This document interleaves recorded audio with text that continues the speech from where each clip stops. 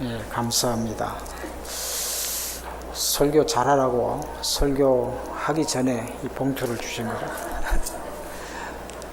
여러분, 우리가 은혜를 받으려면 몇 가지 요소가 있습니다. 일단은 설교하는 사람이 설교를 잘해야 되겠죠.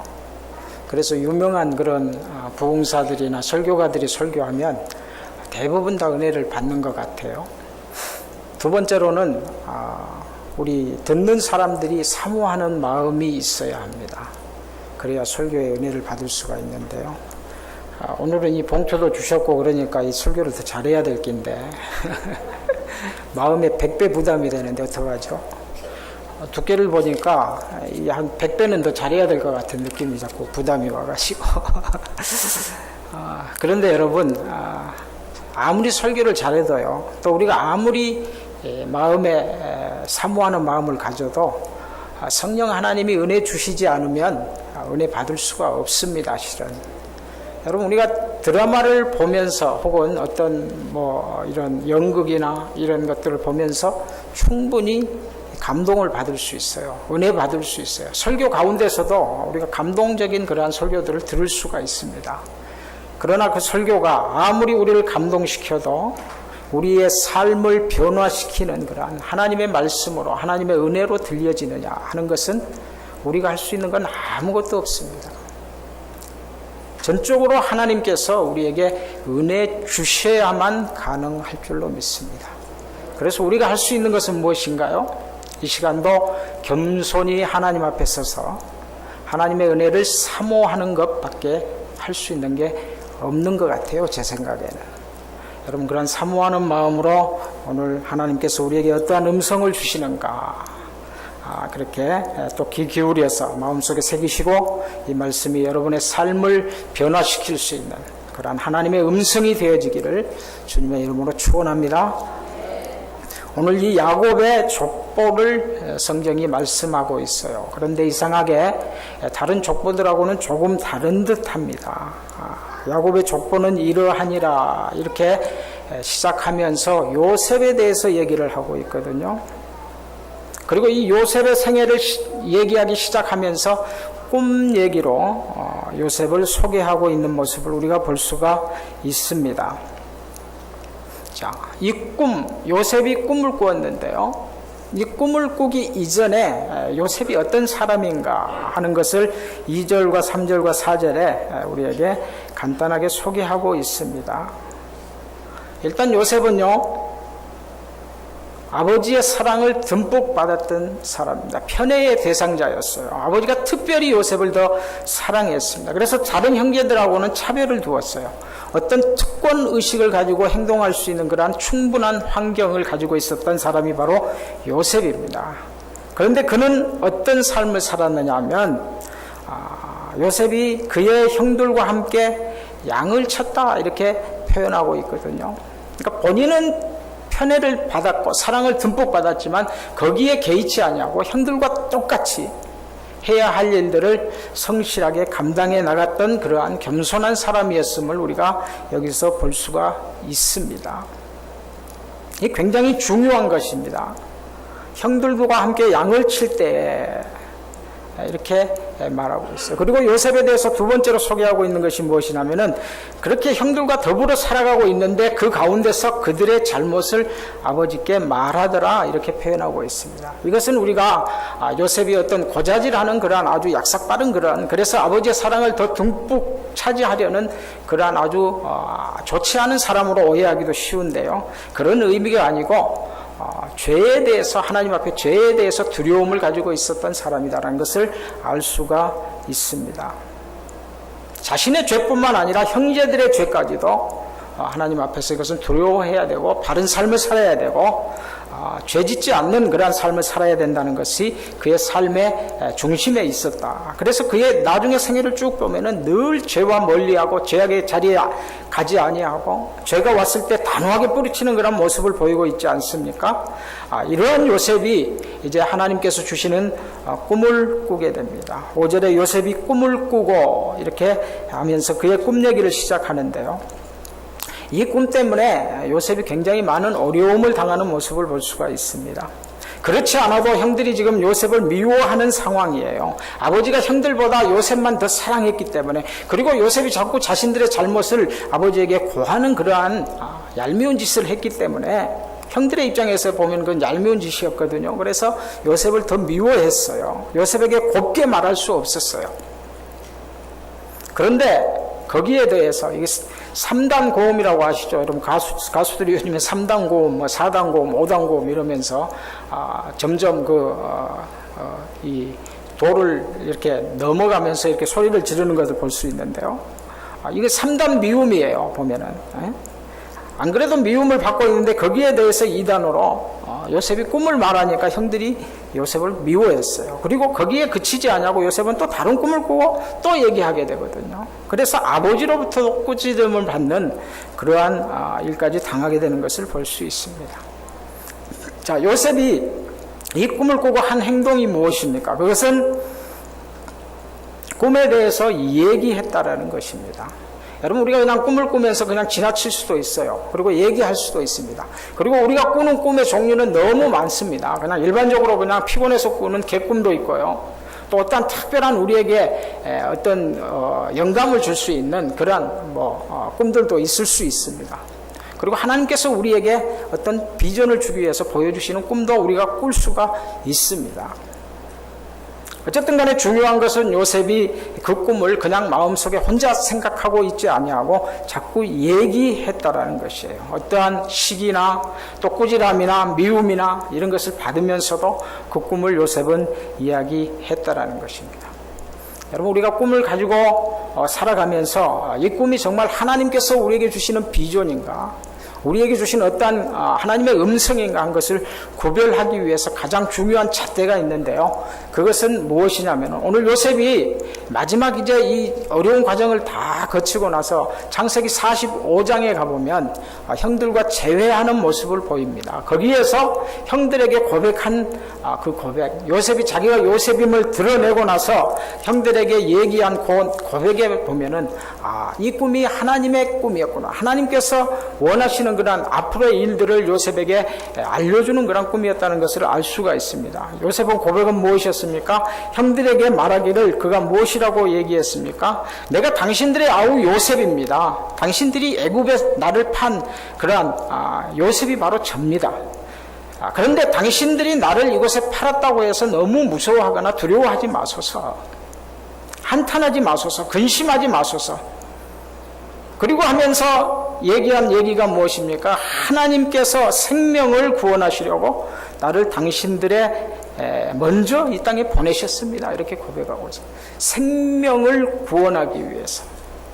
여러분, 하나님께서 주시는 꿈에는요, 우리가 이게 하나님의 꿈인지 아닌지 구별할 수 있는 기준 잣대가 뭐냐면은 이 일을 통해서 생명을 구원하는 일이 일어날 것인가 아닌가, 그걸 우리가 생각해 보면 이게 하나님이 주신 꿈인가, 내가 이 꿈을 가지고 어떠한 어려움을 가지고 있더라도 끝까지 밀고 나갈 수 있는 것인가, 아니면 여기서 멈춰야 하나, 그냥 덜쳐버려야 하나 판단할 수 있는 기준이 되는 것입니다. 그 민족을 살리고 그 가뭄과 기근 가운데서도 그 가족을 구원하기 위해서 하나님께서 먼저 수년 전에 요셉에게 그런 어려움을 주시고 요셉을 팔려가게 하시고 그곳에서 옥살이를 하게 하시고 여러 가지 많은 것들을 겪게 하시고 결국은 형들이 그 앞에 와서 무릎 꿇고 절할 수 있는 그러한 꿈을 이루어지는 일을 이루셨다라고 요셉이 고백하고 있습니다.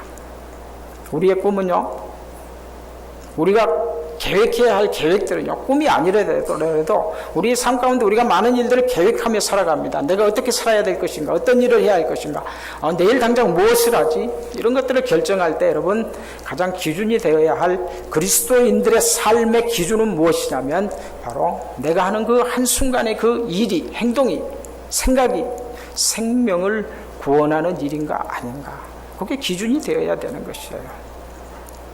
여러분, 저는 이 선교를 시작하면서 제가 꾸었던 꿈에 대해서 오늘 이 본문을 중심으로 한번 얘기를 해보려고 합니다. 크게 이 설교에 중점을 두지 아니하고 그동안 하나님께서 어떻게 이루셨는가, 어떻게 이루셨는가, 이것에 대해서 말씀을 드리기를 원해요. 제가 지난번에도 말씀을 드렸지만 저는 그 버스가 옆에 싹 지나가는 것을 보고 이 이동 진료에 대한, 이동 치과에 대한 꿈을 꾸기 시작했습니다. 그런데요, 주변의 대부분의 반응들이 그렇게 달갑지 않더라고요. 눈총들이 보니까 아이고 무슨 그런 황당한 생각을 하는가, 이런 반응들이었어요, 주로. 이번에 제가 여러분 그 단기팀이 오고 나서 그 다음 달에 상주 서문교회 단기팀이 세 팀이 3주에 걸쳐서 쭉 왔습니다. 마지막 팀이 목사님, 이제 담임 목사님 오시는 팀이었는데, 담임 목사님 오셨길래 이제 버스를 다 완성해 놓고 보여드렸어요. 보여드리고 이제 목사님하고 이 얘기 저 얘기 하다가 목사님 그러시더라고요. 아이고 정 목사, 처음에 버스 이거 이동진료 버스 해가지고 캄보디아에서 이동치과 한다 그럴 때 나도 실은 조금 황당하다 그런 생각을 했다, 이러시더라고요. 목사님도 그런 생각을 하셨다고 그러니까 제가 깜짝 놀랐어요.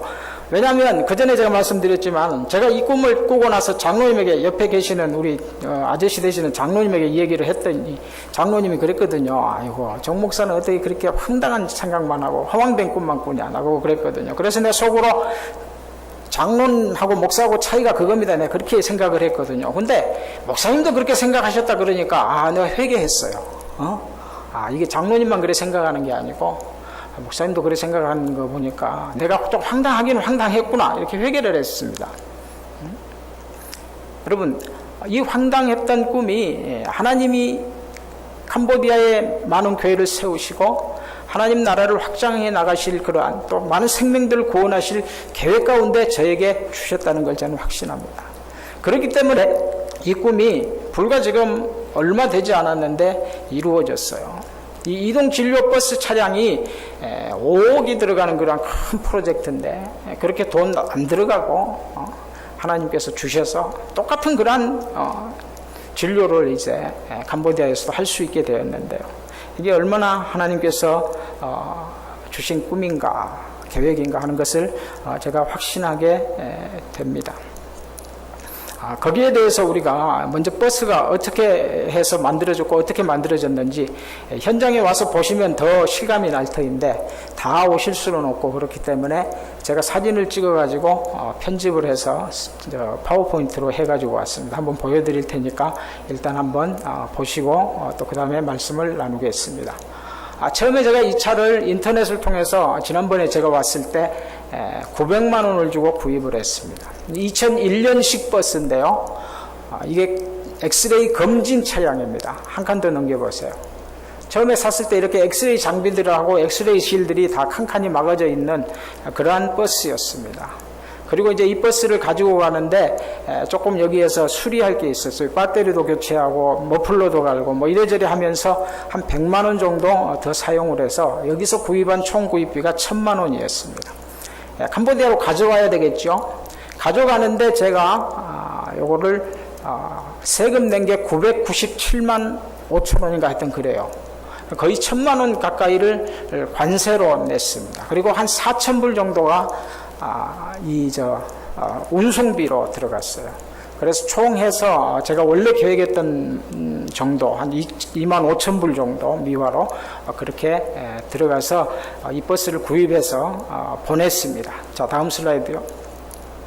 자, 버스가 온다니까 제 마음속에 제일 걱정이 됐던 게 뭐냐면은 이 버스를 세워야 할 주차장이, 제가 그 전에 살던 센터는 공간이 너무 좁았어요. 시장 안에 있는 이런 주택단지였기 때문에 버스를 도저히 세울 수가 없어서 여기저기 다른 선교사님들에게도 부탁드려서 거기 그 센터에 좀 세울 수 없을까요? 거절하시고, 뭐 다른 또 지역에 또 이 파킹 스페이스만 렌트할 수 있는 곳이 없나 이렇게 찾아보고 굉장히 고민을 많이 했다가 이 자리를 발견하게 됐어요. 제일 가에 있는 이 프렛하우스인데요. 그거에 렌트가 나서 가봤습니다. 자, 한 칸 더 넘기면 그 옆에가요. 바로 이게 벽이 있고 이렇게 넓은 2라인이나 되는 그런 큰 공간이 있어서 여기다가 버스를 세울 수 있겠구나 이렇게 생각을 하고, 그 전에 제가 살던 센터는 월세가 330불이었습니다. 그런데 이게 400불을 달라는 거예요. 그러니까 파킹료로 70불을 더 내는 거죠, 실은 계산상. 그렇게 해서 여기로 이사를 했습니다. 자, 다음 칸으로 넘어가 보겠습니다. 그래서 드디어 이제 버스가 왔어요. 저 버스가 저렇게 이제 캄보디아까지 우여곡절을 겪어서 한 달 만에 제 손에 들어왔습니다. 한 칸 더 넘겨볼까요? 이날이 지금 서류 받고 이제 버스 넘겨받는 거예요, 지금. 이렇게 해서 도착을 해가지고 이제 공사를 시작하는데 이게 내부 제거 작업을 해야 돼요. 이 제일 예먹은 작업입니다. 여러분, 이거 실은 공업사에 가서 많은 돈을 주고 이게 장비를 셋업을 해야지 되니까. 그러니까 5억이 들어가죠. 그런데 내가 직접 기술 없는 제가 하려고 하니까 얼마나 힘들겠어요.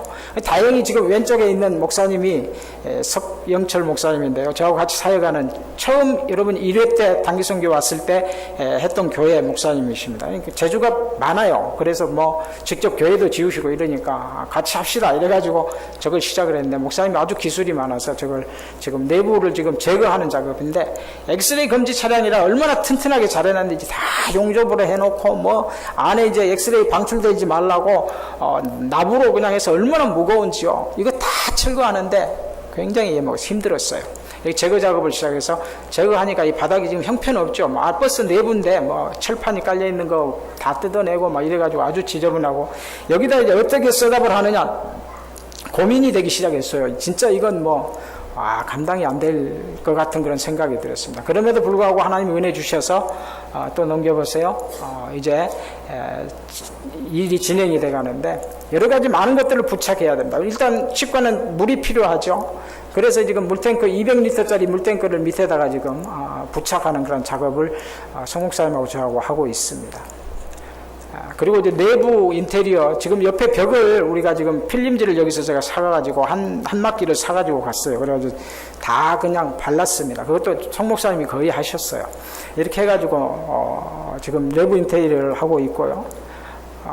그 다음에 이제 치과 유닛 2개, 의자 2개를 사가지고 지금 부착을 여기다가 설치를 하고 있습니다. 그래서 2개가 이렇게 들어갔습니다. 또 넘겨보십시오. 그 다음에 이제 물탱크가 들어갔으니까 수도 배관을 해야 되잖아요. 그래서 배관 공사를 지금 하고 있는 것입니다. 또 넘겨보십시오. 저하고 둘이 지금 배관 공사를 하는데 이거 그리고 이제 전기가 두 번째로 필요한데요. 전기 시설, 에어컨을 이제 시동을 끄고 우리가 전기를 돌려야 되기 때문에 전기 시설을 다시 다 해야 됐어요. 그래서 지금 전기 공사를 또 다른 선교사님이 도와주셔서 하고 있습니다. 그리고 이제 여기서 스티커 뭐 이런 붙일 거, 외부에 붙일 글씨들 이런 거 이제 다 해가지고 갔는데요. 그것도 감사하게 성목사님이 그 전에 한국에 계실 때 이 광고하는 일을 오래 하셨대요. 그래가지고 성목사님 하신 말씀이 아이고 그때 고생 많이 했는데 하나님 이거 시키시려고 그때 고생 시키셨나 보다 이렇게 얘기를 하셨는데 저렇게 스티커를 굉장히 커가지고요. 기술이 없으면 저거 붙일 수가 없더라고. 여기서 처음에 설명해 줄 때 뭐 물 뿌려가지고 이렇게 붙이십시오. 이거 프린트 하는 데서 그렇게 얘기하셔서 간단한 줄 알고 제가 가져갔거든요. 근데 그게 아니더라고. 근데 성목사님이 아주 깨끗하게 잘 붙여주셨어요. 또 넘겨보세요. 앞에 글씨도 지금 저기 이제 라파 이동 치과병원이라고 캄보디아 말로 이렇게 해서 직접 붙이고 계시죠. 또 넘겨보십시오. 옆에 이제 우리 그 라파 이동 치과병원, 그 다음에 밑에 이제 뭐 이렇게 영어로도 쓰고 한글로도 쓰고 해서 또 옆에다 간판을 하나 붙였습니다. 넘겨보십시오. 그리고 안에 이제 이쪽 의자 놨던데 옆으로 수납장하고 싱크대를 집어였습니다. 이것도 선교사님이 하시는 그 목공 하시는 선교사님도 계셔서 그분에게 또 주문 제작해가지고 이걸 부착하게 됐어요. 또 넘겨보십시오. 그래서 장비하고 설비를 지금 들어가 있는 거를 대충 쭉 설명하면요. 물탱크가 들어가 있고 저 뒤에 모터가 달려 있습니다. 자동 모터가 수돗물을 올리면은 모터가 연결돼서 물이 나올 수 있도록 그렇게 안에 모터가 부착되어 있고요. 넘겨보시죠. 이건 이제 전기 스위치입니다. 여기에다가 먼저 이제 발전기에서 이렇게 들어갈 수 있도록. 그리고 오른쪽에 있는 거는 밑에 이제 이렇게 고정시키는 그러한, 여러분 지게차 같은 거 보면은 그 이삿짐 차들 보면은 작업하기 전에 고정시키잖아요. 그런 식으로 쭉 고정시킬 수 있는 그 장치가 옆에 달려 있습니다. 그리고 이제 다른 뭐 전기줄이라든지 뭐 이런 거, 저 판 4개 저거는 고정시키는데 밑에 푹에다 바로 고정을 못 시키니까 판을 띄워놓고 고정시키는 그런 장비들을 가지고 다니는 겁니다. 뒤에 이제 발전기가 제일 큰 문제인데요, 지금. 발전기를 하나를 딱 쓰면 좋겠는데 이게 너무 커요.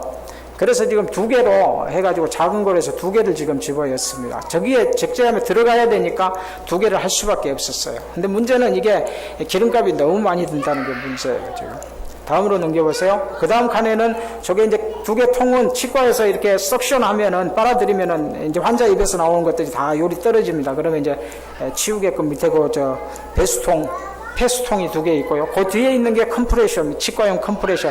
공기가 또 주입돼야 이게 기계들이 돌아가기 때문에 두 개가 장착이 되어 있습니다. 또 넘겨보십시오.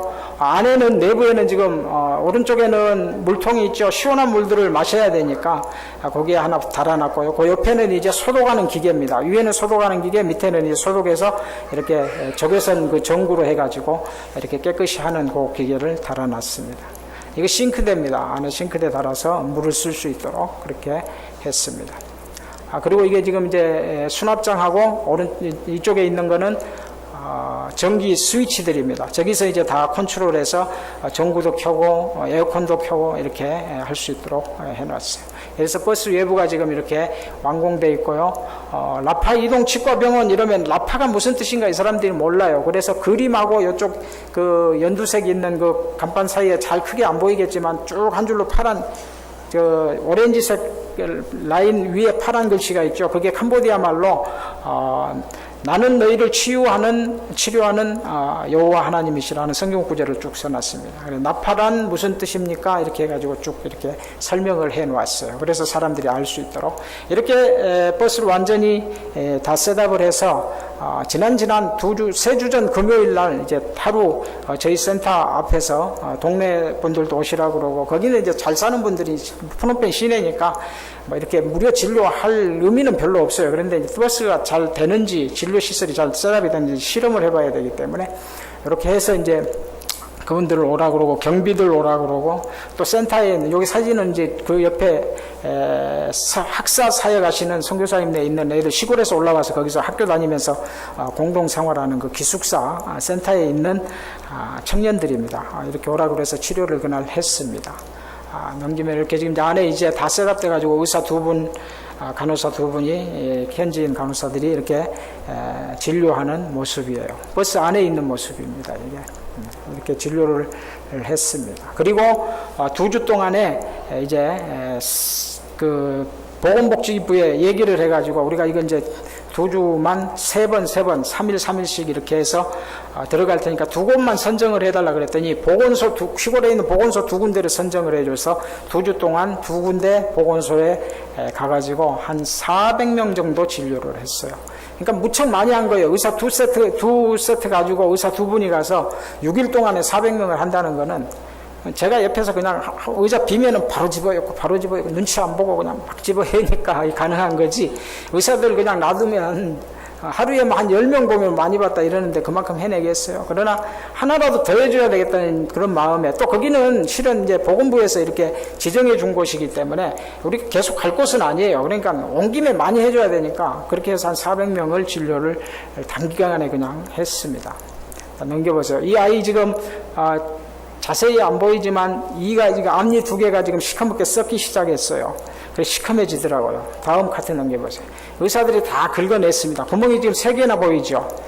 그거 다 시커먼 거 다 긁어낸 겁니다. 남자인데 그래가지고. 그리고 지금 떼어줬어요. 떼어줬더니 이렇게 지금, 그 모양이 회복된 걸 볼 수가 있습니다. 그 다음에 이제 여자분이 한 분 왔는데, 여자 청년이 왔는데, 시커멓잖아요, 안에. 가운데만 이렇게 동그랗게. 이런 청소년들이 굉장히 많아요. 그래서 얘들이 특징이 뭐냐면은 잘 안 웃어요. 이거 웃으면 자꾸 드러나니까 말할 때도 항상 이러고 말을 하고 이러기 때문에 아주 이 사회생활에 조금 이렇게 문제가 많겠다 이런 생각이 저에게 들었어요. 그래서 이런 케이스는 제가 되도록이면 해주려고 그래요. 이거를 안 하는 이유가 뭐냐면 일단 시간이 오래 걸립니다. 하나 붙들면 최소한 1시간은 해야 돼요. 한 의사가.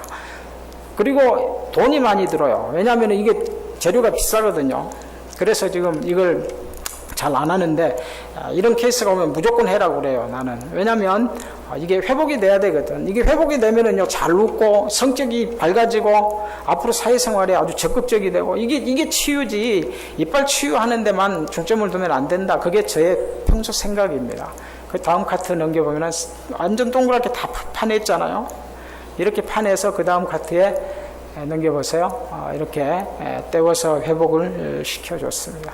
이게 지금 이제 우리가 이제 뭐 기본적으로 그냥 하는 그러한 사역들입니다. 자, 이 사역을 이렇게 이제 시작을 해서 2주가 지났습니다. 이번 주는 여러분 거기 우리 추석 같은 그런 그 푸춘번이라고 그래가지고 명절이에요. 그래서 3일 동안 연속 놀기 때문에 이 사람들 특징은요, 이렇게 명절이 하나 끼면은요, 그 전부터 막 술렁거려요. 그래가지고 직장도 안 나가고 막 그냥 고향 가버리고, 그래가지고 곧 끝나고 올라오면 다행인데 또 한 주를 더 놀고 이러고 올라온 애들이 많아요.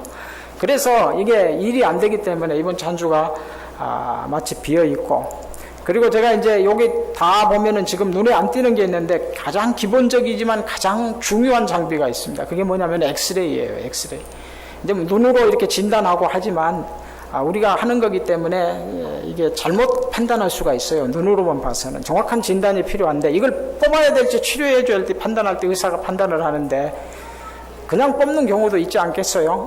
엑스레이로 정확히 찍으면 이거 뭐 그냥 신경치료하면 되겠구나 이런 상황인데도 눈으로 볼 때는 뽑아야 되니까 뽑아버리는 그러한 경우도 있을 거란 말이에요. 그래서 이 엑스레이 머신이 가장 중요한데 그걸 그동안 미루고 구입을 못했었어요. 왜냐하면 이게 워낙 고가기 때문에 그렇습니다. 너무 비싸요. 좋은 거 사려면은 한 몇천만 원 줘야 되고 적당한 거 이제 이렇게 생각을 하니까 한 300만 원 선에서 사면 되더라고요. 그래서 이제 지난번에 2차 때 팀이 왔을 때 목사님이 뭐가 필요하냐고 이렇게 물어보길래 야 이거 조금 너무 비싼데 그러면서도 제가 염치불구하고 엑스레이 머신을 사야 되는데 한 3,000불 정도 있어야 된다 내가 그렇게 말씀을 드렸어요. 그랬더니 또 온 팀의 그 이제 경비들 뭐 이래 하여튼 어떻게 뭐 그 내역이 어떤지 모르지만 누가 또 헌금을 하셔서 가져온 돈도 있었고 뭐 이래서 3,000불을 만들어 주시고 가셨어요. 그 3,000불을 제가 갖고 있는데 이게 현장 상황이라는 게 돈이 늘 필요하잖아요. 이거 그냥 갖고 있으면은 언젠가는 그냥 쓰기가 쉬울 것 같아. 그래서 이번에 이게 연휴 기간에 거기서 이제 살려고 많이 찾아봤어요. 근데 없어요. 뭐 마음에 든 것도 없고 이 사람들도 물건이 잘 안 나가 고가로 안 나가는 거라서 안 갖다 놔요. 그리고 이제 뭐 주문하면 한 달 후에 온다든지 뭐 이런 대답만 돌아오고 이래서 요때 가서 그냥 사와야 되겠다 이렇게 마음을 먹고 있었습니다. 그런데 한 2주 전인가요? 우리 홍 집사님 전화가 카톡이 연결이 돼가지고 이래저래 얘기하다가 뭐 더 필요한 게 있는가 이렇게 여쭤보시더라고요. 그래서 제가 그때까지는 몰랐어요. 그 전날까지는 몰랐는데 요게 카메라만 3,000불 주고 카메라만 산다고 해결될 문제가 아니더라고요. 거기에 이제 이걸 영상으로 띄워서 우리가 보려면은 노트북에서 보려면은 센서가 있어야 되는데 센서 가격이 이게 또 카메라보다 더 비싸요. 그래가지고 뭐 한 업체는 한 1,000만 원 정도 들어간다고 그러고 센서 하나에 뭐 이래저래 생각을 하니까 아유 안 되겠다 이러고 걱정을 하고 기도하고 있었던 중입니다. 그래서 제가 그 얘기를 뭐 이 기계에 똑같은 회사에서 나오는 게 카메라 가격하고 똑같이 한 2,700불 정도 이렇게 주면은 구입할 수 있다고 그러더라고. 이렇게 집사님 말씀드렸더니 기도하는 중에 이렇게 작정한 헌금이 있는데 헌금하겠습니다 이렇게 말씀을 해주셔서 너무 감사했어요. 하나님께서 하시는구나. 또 한 번 그렇게 느낄 수 있는 그러한 시간이었습니다. 그래서 너무 감사를 드렸고요. 그렇게 해서 이제 그거하고 해서 빨리 구입을 해버려야 이게 구입이 돼서 정상적으로 진료가 되지. 이거 또 미루면 또 상황이 어떻게 될지 모를 것 같은 그런 다급한 마음이 생겨서 마치 시간도 진료 쉬는 시간이고 이래서 이번에 나와서 이걸 이제 다음 주에 구입을 해서 들어가려고 합니다. 하나님께서는 이처럼 하나님이 주신 꿈을 이루시기 위해서 늘 이렇게 저보다도 더 열심히 일하신다 하는 것을 제가 늘 느끼게 됩니다. 그런데요, 저도 참 이 황당한 사람인 게 뭐냐면, 여러분, 이게 이제 이 정도 했으면 꿈이 여기서 멈춰야 되는데 있잖아요. 황당한 꿈이 자꾸 생기는 거예요. 그래서 참 나도 이제 내가 속으로 생각해도, 야, 참 황당한 사람이다. 그런 능력도 안 되고, 역량도 안 되고, 뭔가 배경도 없고, 그런데 왜 자꾸 이런 생각이 드나. 이게 참, 아이러니해요, 실은. 이 버스를 하나 딱 해놓고 나니까 어떤 욕심이 생기냐면, 야, 왜 버스 치과 왜 한 과만 하면 되느냐. 이 종합병원 했으면 좋겠다. 이런 생각이 자꾸 들어요. 그럼 주위에 이런 얘기를 하면 웃지요. 여러분도 지금 웃음이 나오지요. 예? 참, 그런데 저 본인도 그런 생각을 하는 저 본인도, 황당하다, 참. 이렇게 생각이 됩니다. 그러나, 하나님께서 또 어떻게 일하실지 몰라요. 하나님이 하시면 가능하잖아요. 내가 하면 황당하지만, 하나님이 하시면 가능합니다. 더 황당한 건 있잖아요. 이번에 이제 상주 서문교회 팀이 와가지고, CM립으로 올라갔습니다. 그리고 이제 똠네사 보수를 갔는데요. 제가 그 전에 똠네사 보수를 여러 번 갔어요.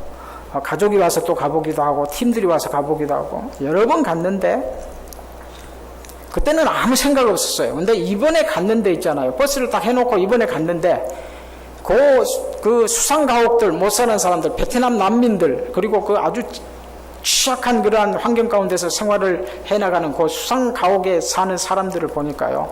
제가 언뜻 또 허황된 그런 생각이 드는 게 뭐냐면 이 배에다가 치고 하나 장비 설치해가지고 들어왔으면 좋겠다 이 생각이 또 드는 거예요. 그래서 내가 돌아오는 내내 그 생각이 끊이지 않아가지고 아이고 이거 빨리 떨쳐버려야 되는데 이러면서 왔어요. 그러고 그냥 아이고 너무 황당하다 이러고 지금 있습니다. 저도 그 얘기를 아까 제가 상주 서문교회 목사님한테 했어요. 했더니만은 상주 서문교회 목사님 그러시더라고요. 아이고 정 목사 안 그래도 내가 처음에 버스 한다 그럴 때 황당하다고 생각했는데 그것도 참 황당하다 이러시고 웃으시고 마시더라고요. 그러나 제가 왜 이 얘기를 합니까? 뭐 만나는 사람마다 이 얘기를 해요. 황당한 줄 알지만 합니다. 요셉이 생각나서 그래요. 요셉이 미움받을 줄 알면서도 자꾸 얘기를 했거든요. 저도요, 제 경험에 의해서 버스 해야지 자꾸 얘기하니까 되더라고요. 가만히 그냥 생각만 가지고 있었으면 아마 안 됐을 거예요. 그러나 한국 왔을 때 만나는 사람들마다 얘기하고 버스 했으면 좋겠어. 버스로 하면 좋은데 5억이나 들어간다니까 참 불가능해요. 이러고 말았어요. 저도. 그러나 얘기는 했어요. 늘 얘기는 했는데 우리 야외 일회성교회 조용 목사님이라는 분이 또 마음에 그게 탁 와닿아서 버스는 자기가 사겠다 이렇게 해가지고 헌금하셔서 버스가 만들어진 거거든요. 그리고 이제 여러분들이 또 그 얘기를 듣고 장비, 설비 이런 것들을 헌금해 주셔서 이게 한 5만 불 정도 지금 들어가서 이게 완성이 됐습니다. 이게 그냥 가만히 있었으면 이루어질 일이 아니에요. 이렇게 이루어지고 나니까 이게 버스가 되고 나니까 여러분 이제는 조금 더 잘 일을 할 수 있겠다 이런 생각이 돼요. 저는 이제 실은 버스 해놓으면 좀 편할 줄 알았어요. 근데 힘들기는 매 마찬가지더라고요. 그냥 막 나가서 그냥 밖에서 일하는 거나 버스 안에서 일하는 거나 버스가 좁잖아요. 폐쇄적인 공간이에요. 하루 종일 8시간, 9시간을 에어컨 틀어놓고 공기 안 빠지는데 거기서 안에서 일하려고 그러니까 야 이것도 보통 일은 아니구나 이런 생각이 드는 거예요. 에어컨 바람이 실은 건강에 안 좋거든요. 거기다가 계속 이빨 갈아대면은 그 이빨 가는 냄새가요 그 뼈 타는 냄새 비슷하게 그런 냄새들이 나요. 근데 이게 빨리빨리 빠져나가면 밖에 있을 때는 그건 못 느꼈어요. 왜냐하면 밖에는 뭐 창문도 열어놓고 이러니까 별로 그렇게 불편함을 못 느꼈는데 버스 안에 있으니까 그게 너무 불편하더라고요. 그래서 이것도 쉬운 건 아니구나 이렇게 생각이 들지만 그래도 너무 감사합니다. 이렇게 버스가 있으므로 얼마나 더 하나님의 일하심을 드러낼 수 있는지 감사해요. 제가 보건복지부에 이걸 만들어가지고 자랑하려고 일부러 끌고 갔습니다. 1시간 거리에 되는데 미팅하는 날 버스를 가지고 갔어요. 그랬더니 거기에 있는 보건복지부장부터 해가지고 직원들 그리고 NGO 단체에서 온 한 40, 50명 정도 되는 사람들이 다 놀래요. 야 어떻게 이런 생각을 할 수 있느냐 이러면서 너무 잘했다 너무 좋다 우리도 좀 와달라 이러면서 그러니까 이렇게 그냥 대충 하는 거하고 정식으로 이제 치과 병원 모양을 갖춰서 하는 거하고는 또 효과가 다를 거라는 그런 기대를 가져봅니다. 실질적으로 그런 것 같아요. 와서 치료받는 환자들도 자세가 달라요. 보니까 더 기뻐하는 것 같고 더 감사해하는 것 같고 그래서 이러한 일들이 하나님께서 이루어 주셔서 이제 많은 그러한 또 하나님의 몸된 교회들이 세워질 줄로 믿습니다. 아까 함께 했던 성 목사님은요 처음 교회 개척에서부터 지금 치과 진료와 같이 지금 가고 있는데요 작년까지 2개 교회를 지었습니다. 지금 3번째 교회를 또 짓고 있어요. 그래. 이제 올 초에 교회 완공해놓고 아이고 올해는 목사님이 이제 너무 힘들어서 교회 안 지을래요. 내년이나 가서 생각해봐요. 이러셨거든요. 근데 또 지어야 되니까 또 짓고 있어요. 지금 3번째 교회 지금 내가 목요일날 그 교회 짓는데 가봤는데요. 뼈대 세워놓고 지붕 올리고 있더라고요.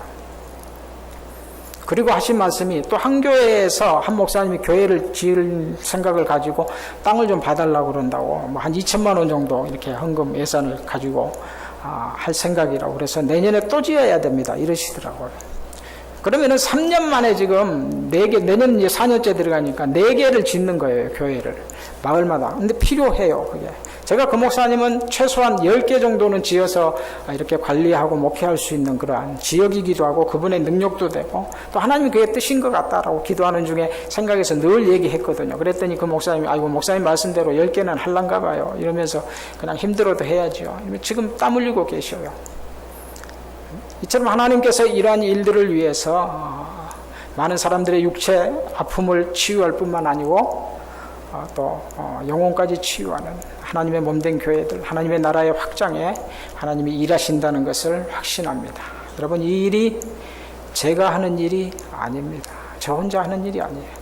우리가 하는 일입니다. 이 신월 중부교회가요, 이 일에 얼마나 큰 일을 했는지 몰라요. 이 버스 프로젝트에. 왜냐하면 첫 번째 헌금이요, 신월 중부교회 헌금이었어요.